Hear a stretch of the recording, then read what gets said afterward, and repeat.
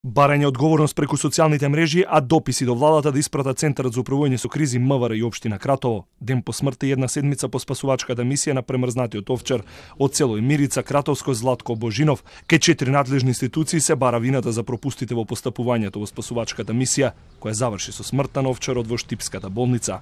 Владата ќе чека внатрешната контрола да ги даде одговорите кој е виновен, зошто лекарот од Кратово барал помош во непристапниот терен, а не добил соодветна логистика. Тука се потребни итни чекори, да се создаде еден центар што ќе раководи со делегирање на надлежност при вакви ситуации.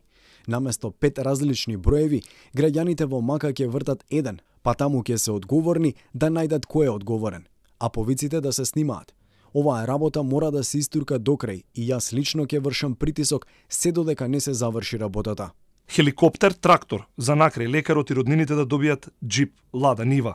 По меѓусебната координација на полицијата, регионалниот ЦУК во Кратово, градоначалникот и здравствениот дом, лекарот Павле Зафиров и роднините во планина тргнале со возило кое заглавило во соспи снег и кал, па морале на раце 5 часа да го носат Божинов на носила. Наместо единствен систем за помош и спасување, одлуките ги носеле поединци, реагира вице-премиерот за европски прашања Никола Димитров, кој бара одговорност за случајот.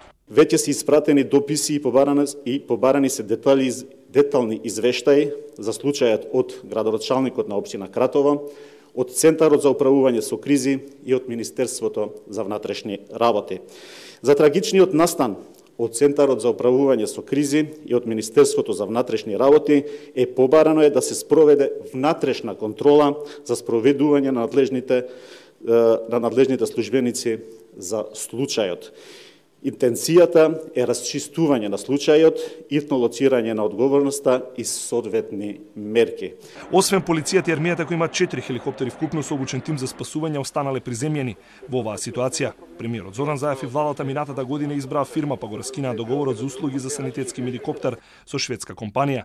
По критиките од медиумите, опозицијата и јавноста дека услугата е прескапа, а фирмата е со сомнителен кредибилитет, владата го раскина договорот. Одговорот денеска е дека земјата нема медикоптер на располагање заради кризата со пандемијата. Спроведување на договорот, кој што налагаше обврски од двете страни, на државата и операторот, не беше возможно поради долгото траење на пандемијата со COVID-19. Значи, не беше возможно да се спроведува и затоа е раскинат. Владата нема да се откаже од проектот и по завршување на кризата, предизвикана од пандемијата со COVID-19, ќе биде распишан нов оглас. Кон крајот на 2018 година владата одлучи да ги приватизира хеликоптерските услуги за итна помош и спасување. Најави физибилити студија и по препораките од истата соопшти дека ќе распише оглас за јавно-приватно партнерство или партнерство меѓу државата и приватна компанија, која што ќе има врска да купи 2 нови хеликоптери и ќе изгради нови 8 хелиодроми. Физибилити студијата остана непозната за јавноста, тогашниот генерален секретар Драги Рашковски влезе во расправија со новиранот на Телма Миомир Серафиновиќ, кој постави прашање дали владата ја пресметала исплатливоста на целиот проект, кој по 6 месеци заврши со неуспех.